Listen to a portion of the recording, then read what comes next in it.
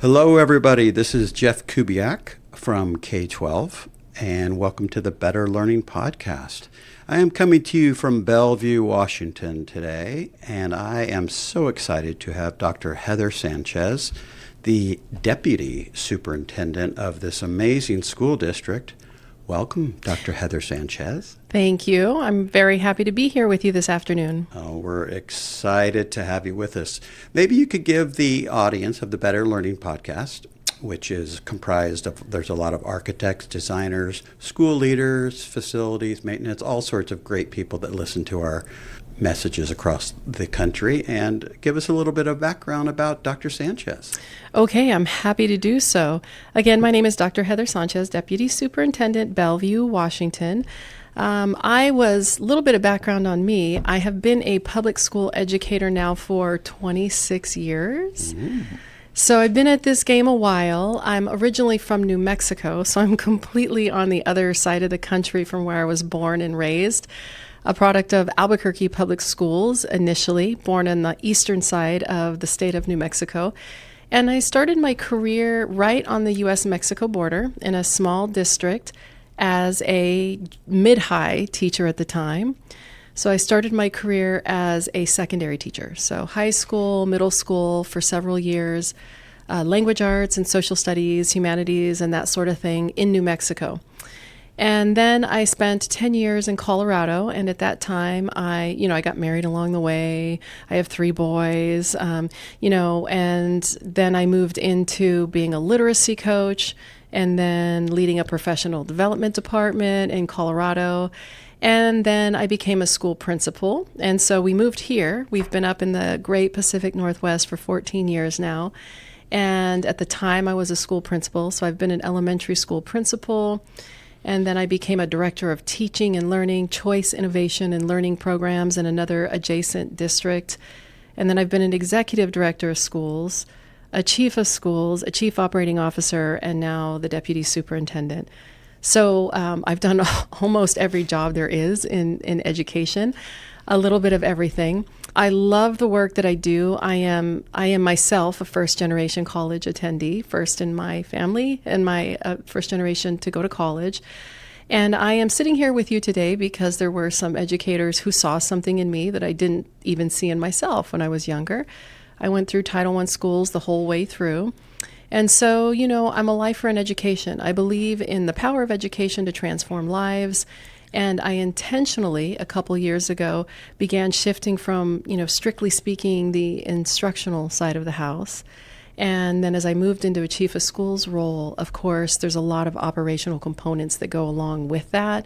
HR, staffing, operations, those sort of things.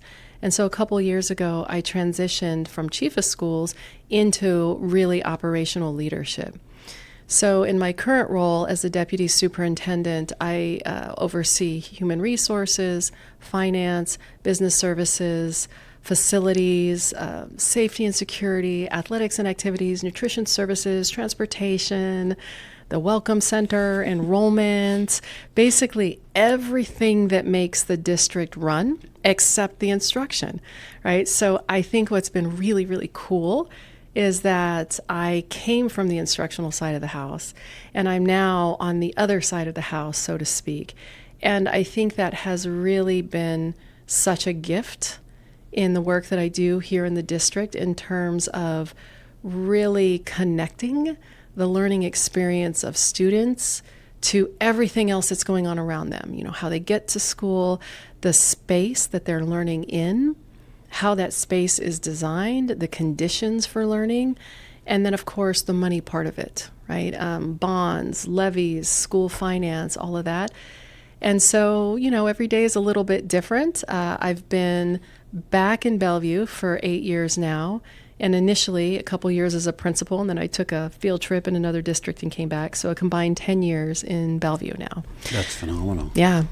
Wow. You have many hats in your closet, and you're still actively using all of them too. Yes. And depending on the day and sometimes the minute, it depends on which hat I need. Oh my goodness. That's amazing. Let's start off from your leadership perspective.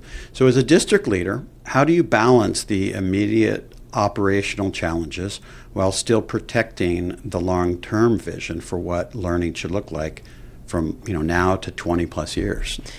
Yeah, I think that's really an important question because anybody who works in education or even adjacent to education, there is a lot happening. I mean, there's 20,000 students in this district that I'm serving in now, and on any given day, there's all sorts of things happening, and a fair amount of it requires an immediate response. And so that can be anything from a crisis, a safety and security incident, to a health issue, to an issue with a community group. And so I think that one of the things that can happen is that you kind of get, there's sometimes kind of this high to solving problems, firefighting. You've been a school leader. It's very easy to sort of get stuck in the reactive space. And you can spend all your time there because there's no shortage of things to react to, right, on any given day. And so I think what's really important is, there are day-to-day operational challenges. You have a couple years ago, we had a bomb cyclone, here in the Pacific Northwest. That's surely an operational challenge. Mm-hmm. You have issues with the power going out somewhere. You have a shortage of bus drivers. There's a problem with a facility, a building floods, something like that. There's always those things. And so those things usually happen at 4 a.m. or earlier, and so there's this space where you just have to solve a problem. And so on that note, I think it's really important to have really clear systems in place around who's doing what. I work with a great team of leaders. They're outstanding, and I can rely on them. So when something's really going sideways in facilities, I know the executive director of facilities and operations is going to be on it. We're going to have clear communication channels. We're going to have a clear communication plan around who is brought into the loop and how we're communicating what's happening. And that's all really essential. And if you don't have really clear structures around communications, organizational charts, and all of that, then you're going to miss things. And that's not to say we don't, because we certainly do sometimes, but it's essential that you have those in place. And I think what I would say, Jeff, is those are necessary but not sufficient, because that keeps you where you are, right? That keeps the system in the status quo and running. And so we want our systems to run. Certainly we want our school districts to run, but we want them to thrive. And in order for them to really thrive, you have to be able to do some vision casting. And that's where the strategic priorities of a district come into play. And so, sometimes when people talk about a strategic plan, they're like, oh, it's some boring, piece of paper on a shelf or something somewhere. Right. But that's not the intent of it. And so as a district or a system is developing its vision, part of that must be, what do we want the experience to be of our families and our students 3 years down the road, 5 years down the road, 10 years down the road? And that requires a totally different kind of thought space. And that requires prioritizing to community engagement, listening to the community, listening to students, listening to families, and incorporating that into every aspect of your strategic goals. So, for example, in Bellevue, one of our key strategic priorities that came out of our most recent strategic plan was around human-centered systems.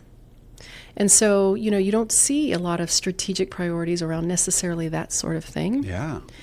And so we have that as one of our key strategic priorities, human-centered systems, because when we went out and listened to our community, as we designed our next set of priorities, there were members of our community who said, Bellevue's really high performing, has a great reputation, great academic programs, great facilities, beautiful campuses, wonderful location, and sometimes we feel like the relationship is a little bit transactional.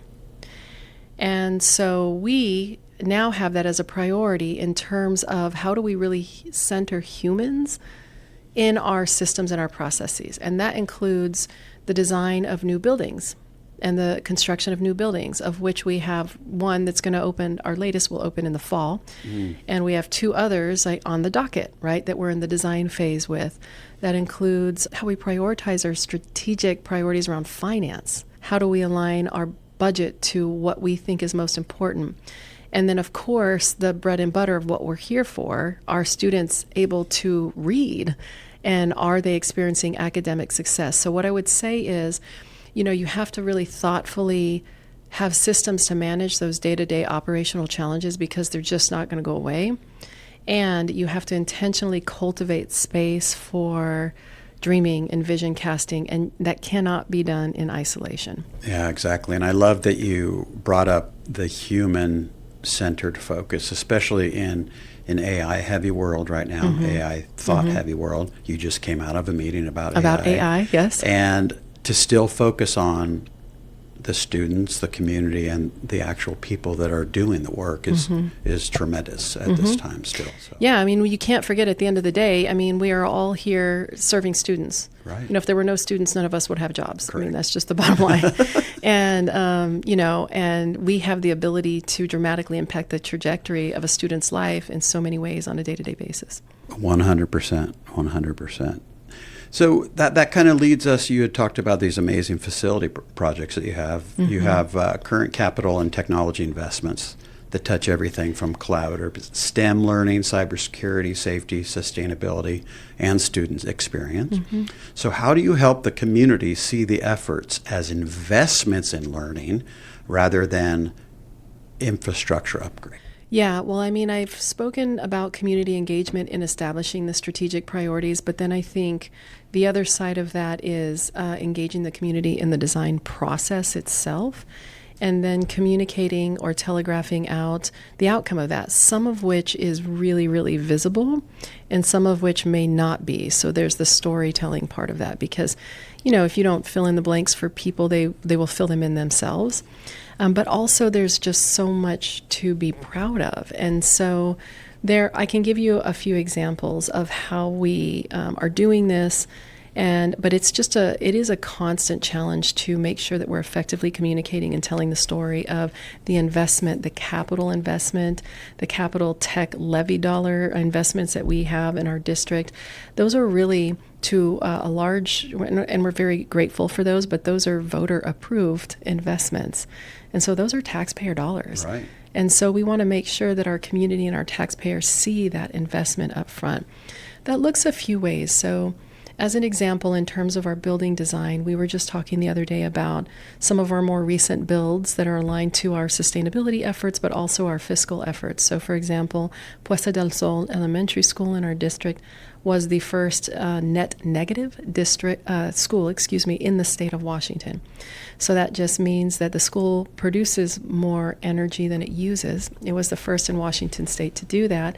And we engaged the community with that design process, as well as architects and, there was, and students. And so then, as a most recent example, we recently opened a welcome center using some of our investment dollars. So just next door from the building we're sitting in right now, we have a welcome center. And so we also have a partnership for some of that space that we've cultivated with the city of Bellevue. So this is, a lot of universities have a welcome center. Yes. School districts usually do not. Right. As a matter of fact, I think we may be the only one in Washington state at this point that has one. Okay. It was a relatively low investment prospect. We took a building next door that we had offices in that, families would walk into this space, and it was kind of like a dark, long tunnel, like a almost near-death experience, the dark, long tunnel. Families come in, there's doors that are closed, it's a dark, long hallway. They're trying to get to student placement, they're trying to enroll their student, and that's the first experience they have.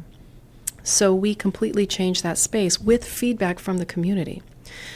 Comprehensive feedback from the community. We worked with an interior designer that donated her time.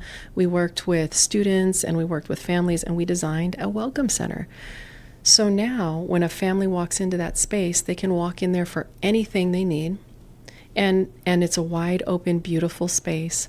And they can enroll their child. They can get information on after-school care, child care, if they need school supplies, backpacks, if they need connections to community resources.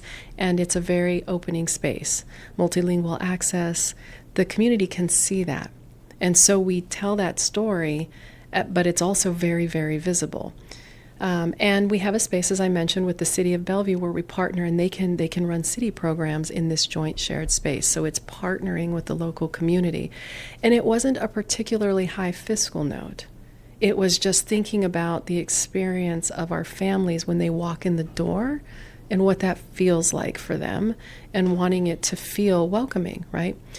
Just one other recent example is our school that is going to open the soonest would be our Big Picture campus, which is opening in the fall, this upcoming fall of 2026.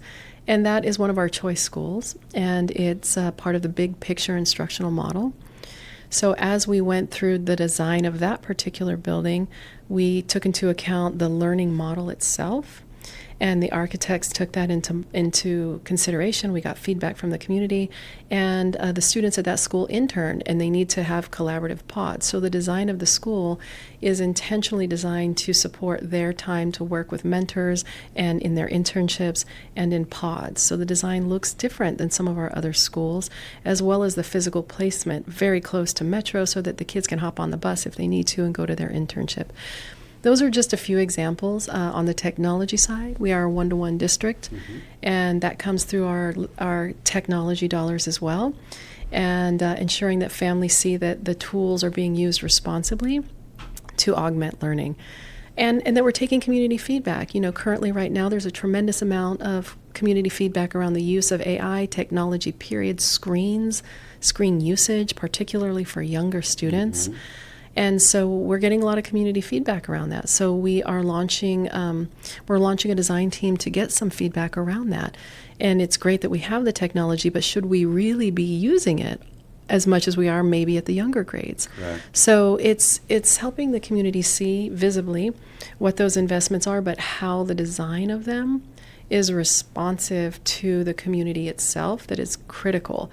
Otherwise, it may feel like the dollars are just going somewhere and the community might not really understand why, or worse, they might feel like it's not responsive or meeting a need. So that's the most important thing, is what need is it meeting for the community? Yes, I love the theme that you keep coming back to, the word community, and it's so important, especially, throughout the West and Pacific Northwest, there's a lot of districts that have school closures because of declining enrollment. So how are they going to bring the community in? And maybe walk the listeners through the Welcoming Center just a little bit more. So how many languages, and are there, right where you go through the doors, what do you see as someone that's coming in there the first time? Yeah, before I do that, I will just say, because you mentioned school consolidation and closure, our enrollment is currently stable in the Bellevue School District. And we are one of few in Western Washington at this time that it's not rapidly declining for, but it was previously. So it has stabilized in the past few years. Bravo. And which we're very happy about. But we did have the experience, and I had the experience to lead through not just COVID reopening, right, which I was one of the key leaders for, but also we had 3 years ago where we did close 2 schools because our enrollment was rapidly declining post-COVID. And I had a whopper of a year where, as a leader, I was supervising at the time all of the elementary schools.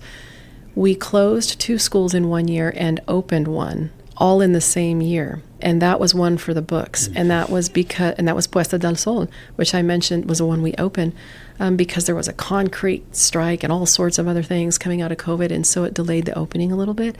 So I had this whopper of a year where we had to close 2 schools because of declining enrollment, and we opened 1.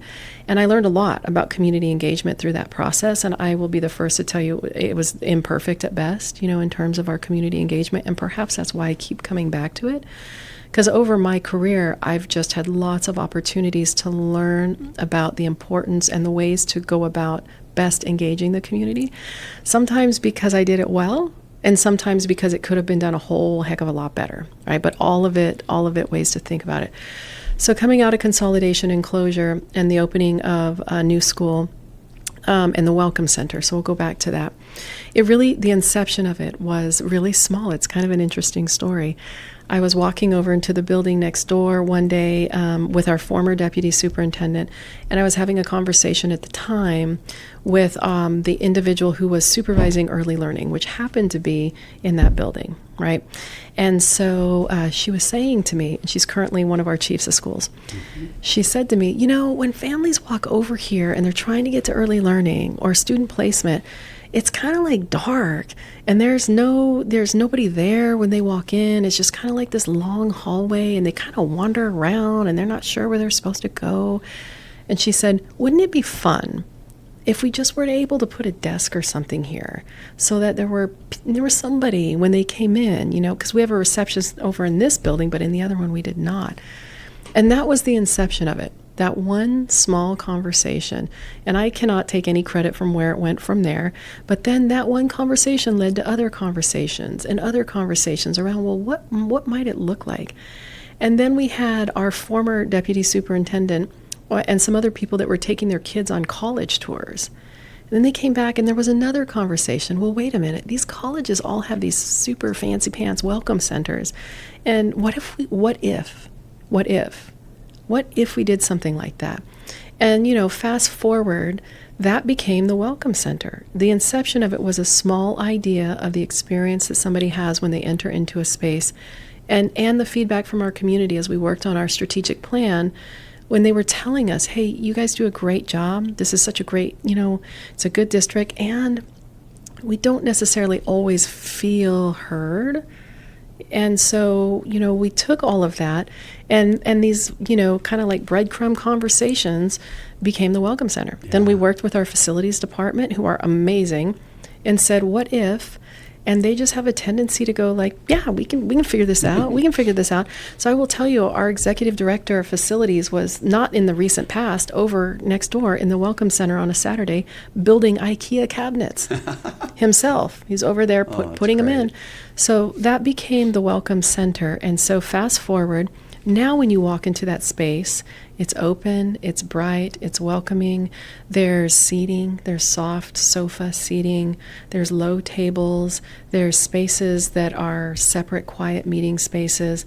And the staff over there is a desk where you walk in where they welcome families, but rather than families sitting down to fill out forms, a Welcome Center staff member or volunteer will come to them with a laptop and say, where would you like to sit with them. There's a kitchen play area for, children.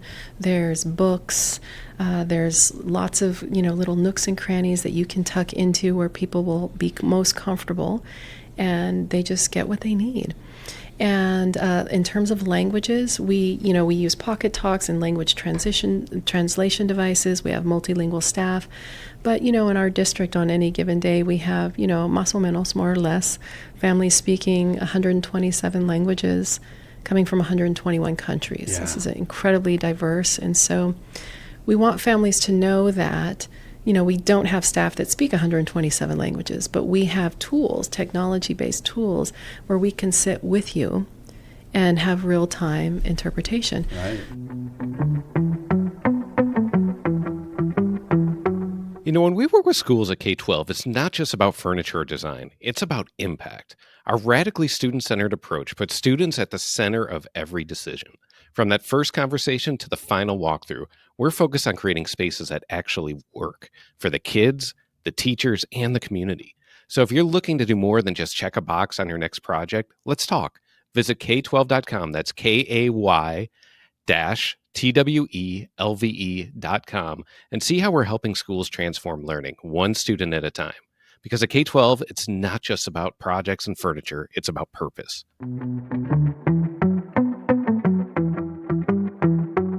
So the latest iteration of the Welcome Center, just to, bring this around, is we're now adding a cafe. And so the cafe will be opening next fall, and we're doing that in conjunction with one of our local restaurants that supports many parts of the community, but specifically individuals who may have developmental disabilities. And so the cafe will be connected to the Welcome Center, and the kids working in that will be from our transitions program. And so those are young adults who may have developmental delays or disabilities, and they work in, we have a small kind of cafe downstairs now, but they will work in the new cafe. And so in addition to the seating and the open space, there will be a cafe. And the design is down to making sure that the selection of the coffee maker that we have in that cafe is easy to use and accessible for the people that may be working in it and not overly complicated. Yeah. And so we're partnering with one of our programs, but also our local community, the Belden Cafe specifically, is partnering with us around the launch of this. So that will launch this fall. That's a wonderful tour. Yeah. Thank you. So I love the power of a district and the leaders within that district that have the propensity to say yes when they're offered the what if or can we, should we. And the more that educators are challenged with saying yes, I believe really empowers our community and students. Yeah, I mean, I totally agree. And that's been a part of, some of the coolest things that we've done operationally, the design of the buildings. I mean, right now we're in the design phase for rebuilding Interlake High School, right? And so it's not going to be a build from the studs up. We're renovating it, but just yesterday, or no, it was the day before yesterday, I received an email presentation, and there are a couple of high school students that go to Interlake High School that are interning as part of the design process. And so they put together a presentation. They've been working with the architects, they've been working with the facilities team, and they influenced the design of the new Interlake High School. Not only did they influence it, they have a slideshow to show where they impacted the architectural design and the layout for part of the new build, and it's now in the design phase. And so those students, we're working on bringing them to an upcoming board meeting where they can share how their voice directly contributed to the design of the new Interlake High School. And, that comes from a willingness to, there's a curiosity is so important. Curiosity as a characteristic is so important in life, period. And especially in terms of how we're serving students, and the willingness to say, yeah, but, or what if, and as they say, everything is figure-outable, and that really helps stretch our thinking on the design of spaces in particular, but so many other things as well. Yeah, and I think another word that comes to mind is the word yet, right? And right. Maybe sure, not yet, but learning from our students is something, I think it's a lost art. We need to get back to it because they teach us as much or more than we'll ever for sure. be able to feed them, right? And they're usually pretty direct. Yes, they are. If you just ask, they will level with you for the most part. Yeah. So getting back to some of your new builds or renovations you're talking, what does meaningful transformation look like in the Bellevue district beyond just the construction or renovating the buildings? So in terms of buildings in particular, what I would say is meaningful transformation is designing a space that is thoughtfully designed to improve or augment or accelerate the experience of the people in the space. And so that in of itself is not necessarily the nuts and bolts part. It is thoughtfully engaging in who is going to be in this space. How old are the students going to be that are in this space? The adults, what sort of learning is happening here? What sort of learning do we want to be happening here? And how do we think about every detail designing around that? It's kind of like I would say I like to host, when our family gets together and we have holidays, I love to host because I like thinking about every little thing. From the time a guest walks into my house, what does it smell like? What does it look like? What's the first thing they see? Where are they seated? What kind of seat are they in? What's the lighting like? Is there a napkin? All those 1,000 little details that impact the experience that somebody has. Students are the same and their schools are the same. I heard, I don't know if this is actually true or not, disclaimer. I heard a long time ago somewhere that when somebody's thinking about buying a house, that they will they will make a decision within the first 7 seconds that they enter the space about whether or not they're going to buy the house, just based on kind of sort of the vibe and all that, everything they're taking in, as soon as they walk in the door. I do not know if that is true or not, but that stuck with me, and there is some relevance to that. So as we think about designing spaces that are transformative, if you go about it with that mindset and you surround yourself with a team that can offer multiple perspectives, that's where you come up with really interesting ideas that are not necessarily cost exorbitant. In fact, we don't want them to be, because we must be good stewards of our taxpayer dollars. Yes. That's an obligation that we have. And I do not take that lightly. But when you're designing a space and you're thinking about it being really transformative, the question you have to ask is, who are you asking? Who are you asking? Because a teacher is going to give you a different set of feedback than the principal might, than a parent might, than a student might, than an architect might, than a construction, the superintendent on site might, at the work site. And all of those are really important, and you have to be willing to do the legwork, really, to get that feedback and to take it into consideration. And that's where you really design transformative spaces. When you skip any of those, everything in life is about like putting in the work up front. Everything in life, I've just learned over the years that putting in the work up front and then going from there is really an investment in the relationship that you're building, but also design. I want you to reflect for a moment. We're going to kind of take a fun sidewalk, and I want you to keep yourself as Dr. Heather Sánchez, but reflect back to a younger Heather Sánchez, pre-doctor, early educator. What is something you could look at and would like to have known to be able to tell her then? And then also something the young Heather could do the same to the seasoned doctor. Sánchez. Okay, those are really good questions. I may ask you to repeat the second part because I was already thinking about the first part. I was like, ooh. Of course. So I think what's important to know the young Heather, if I may, I'm going to go back to before seasoned educator.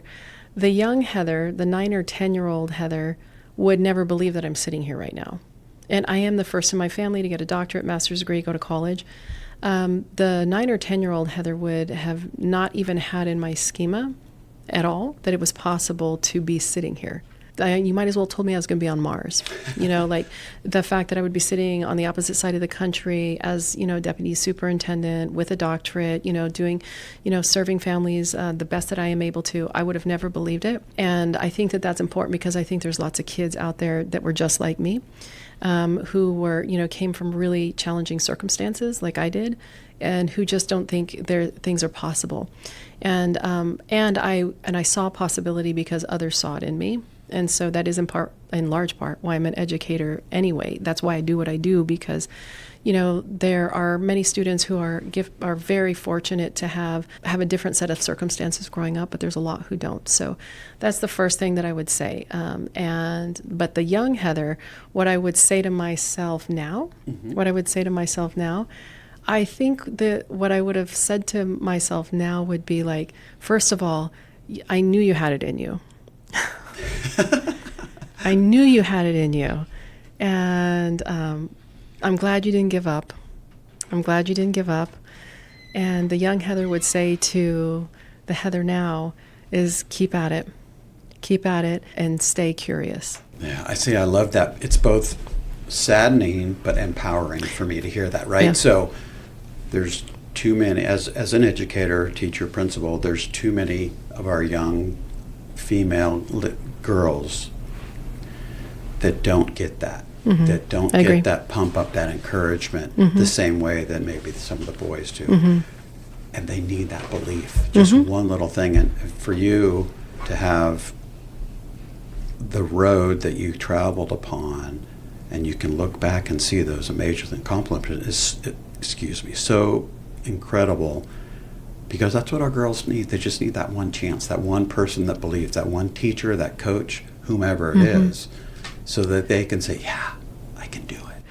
Yeah, I was doing a panel recently at an event, and I was sharing a little bit about that. And, I kind of like the analogy I would use is the butterfly effect, right? So when a butterfly flaps its wings, there's this, you don't necessarily see it, but there's this impact that goes for quite a distance, right? And so I think that working in education, and growing up in some very challenging circumstances, there are people who had an impact on me that I'm quite certain to this day never knew it, but did, right? And I think you're spot on. There are girls and young girls out there, and boys too, Sure. But I'm going to stick with the girls theme. Lots of young girls out there who did not have a mindset of possibility for a lot of reasons. There are people out there that can, sponsor them and help move them forward, and and understand that the sky really, really, really, really is the limit.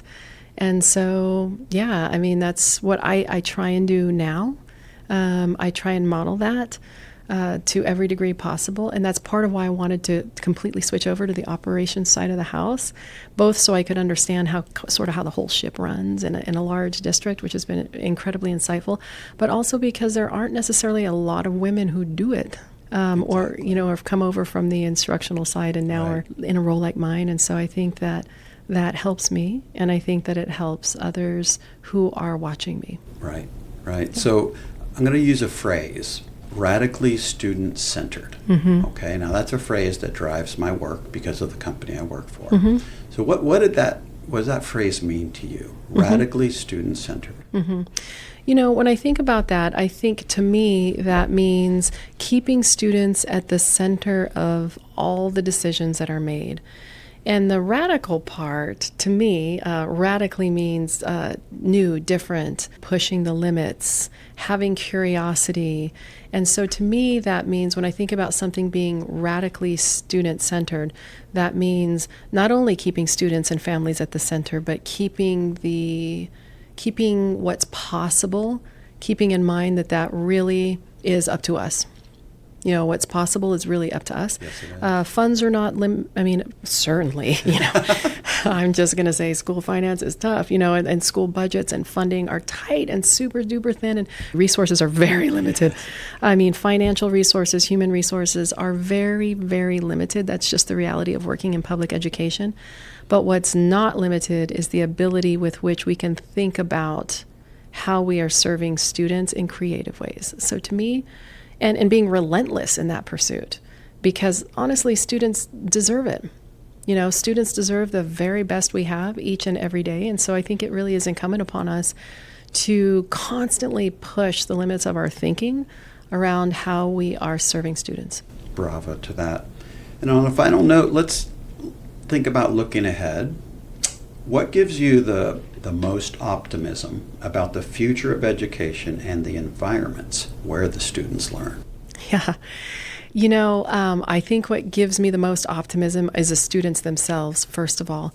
I was at an event, because it's event season, right? We have graduations coming up, and we have all the fundraising events and all the dinners and all the galas and all the PTSA awards things, and it's like every single day, but it's exhausting and very exciting, right? So I was at an event recently, and there were some students presenting, and I was just blown away.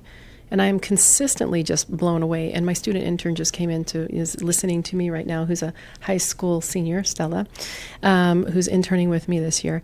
And so the students that I see on a day-to-day basis are just incredible. And so I turned to somebody who was at this event with me, and I said, dang, I don't think I was that smart when I was in high school or that talented or that creative. Like, I'm just blown away with the things that young people are doing today. That excites me.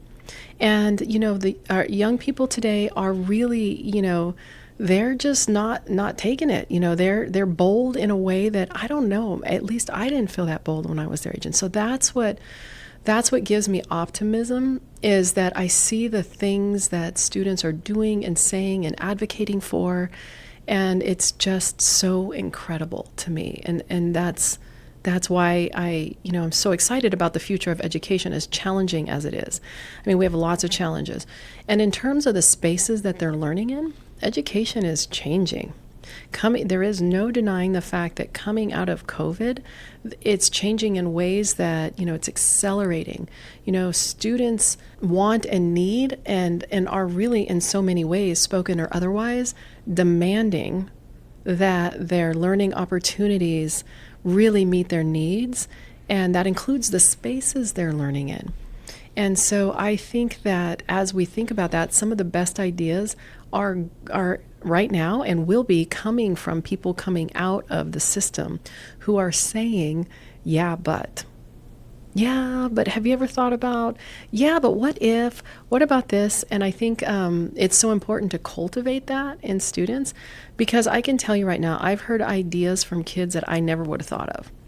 I never would have thought of. Yeah. And I think that as we think about designing spaces, learning spaces specifically for kids, it is that curiosity about possibility and willingness to do things differently, in some cases maybe radically differently, that is going to propel forward the learning experiences that our students have. 100%. And I think the word legacy fits well into that, because the students want to leave their mark, right? For sure. What they've done, they want to be better for the next gen. As they should. Mm-hmm. And I want to thank you. This has been amazing. I really appreciate this. Yeah. Once again, this has been a great conversation with Dr. Heather Sánchez of Bellevue. And shout it out to someone you might share this conversation with. Better Learning Podcast. We love all listeners. If you're interested, go on the Better Learning Podcast website and ping us if you'd like to be on the show. But thanks again for being with us today. Yeah, thanks, Jeff. It was my pleasure. The Better Learning Podcast is produced by Matt Rogers and edited by Kelly Jones. The views and opinions shared on this podcast are those of the individual speaking and do not necessarily represent the perspectives of their affiliated companies, organizations, or associations.